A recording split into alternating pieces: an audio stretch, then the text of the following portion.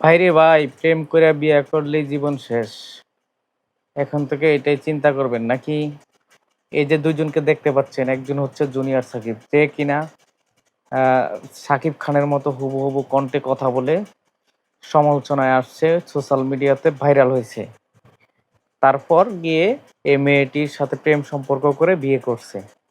আজকে তার পরিস্থিতি দেখেন, তার জীবন শেষ, বরবাদ হয়ে গেছে, পুরা দুমের জীবন বরবাদ। বেঁচে থেকেও বেঁচে থাকার মতো কোনো তার অবলম্বন নাই, জীবনে আর কারোর সাথে সে মেলামেশা করতে পারবে না। তার যে পরিস্থিতি, প্রসঙ্গ কেটে এই মেয়েটি হাতে নিয়ে ঘুরতেছে, এরকমই একটা নিউজ কিন্তু আমরা ইতিমধ্যে দেখতে পাচ্ছি।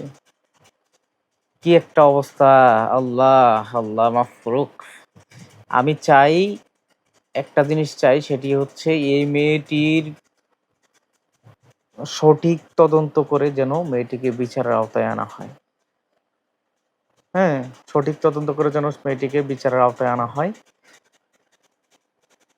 একটা পুরুষের সবচেয়ে মূলধনই হচ্ছে ওইটা, পুরুষাঙ্গ, সেটাই কেটে ফেলছে। তার কি বেঁচে থাকলেই কি আর কি হবে, আর না থাকলে কি হবে আমি মনে করি। আপনারা বলেন। আর যে কারোর সাথে না ঘটে, আমি চাই এরকম একটি বিচার হোক সঠিক তদন্তের মাধ্যমে, এই মেয়েটির ভালো একটা সাজা হোক। তাহলেই অন্য মেয়েরা আর এরকম ভাবে সাহস পাবে না। জানাবেন বন্ধুগণ কমেন্ট করে।